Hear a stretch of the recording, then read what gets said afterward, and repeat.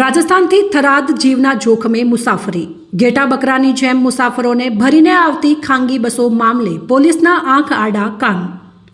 થરાદ તાલુકો એ રાજસ્થાનની બોર્ડરને અડીને આવેલો તાલુકો છે, જ્યાં સાંચોર, બાડમેર જેવા તાલુકાઓ નજીક આવેલા હોવાથી થરાદ તાલુકો સામાજિક રીતે રાજસ્થાન સાથે જોડાયેલો છે।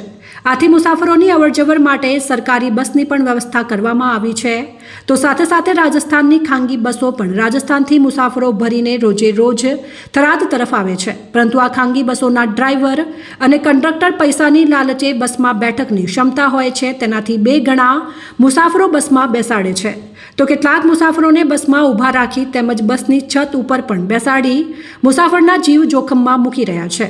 થરાદ 4 રસ્તા અને સરકારી હોસ્પિટલની આગળ સર્કલમાં આ તમામ બસો ઊભી રહેતી હોય છે।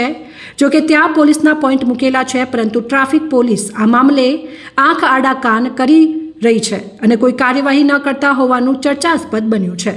પરિવહન ક્ષેત્રે સામાન્ય પ્રજાને સુવિધા પૂરી પાડવામાં તંત્ર કેટલું બમણું પુરવાર થઈ રહ્યું છે, જેનો પુરાવો નજરે પડે છે।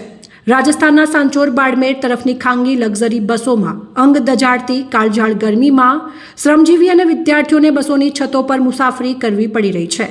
તંત્રની મિલીભગત અને રહેમ નજર હેઠળ બેખૌફ અને બેરોકટોક રીતે આરટીઓના નિયમોને તોડી મરોડીને નેશનલ હાઈવે પર ચાલતી ખાનગી લક્ઝરી બસોમાં ક્ષમતા કરતાં વધુ મુસાફરો બસોની અંદર અને કેટલા જ મુસાફરો બસની છત ઉપર બેસાડી જીવના જોખમે બેસાડવામાં આવે છે।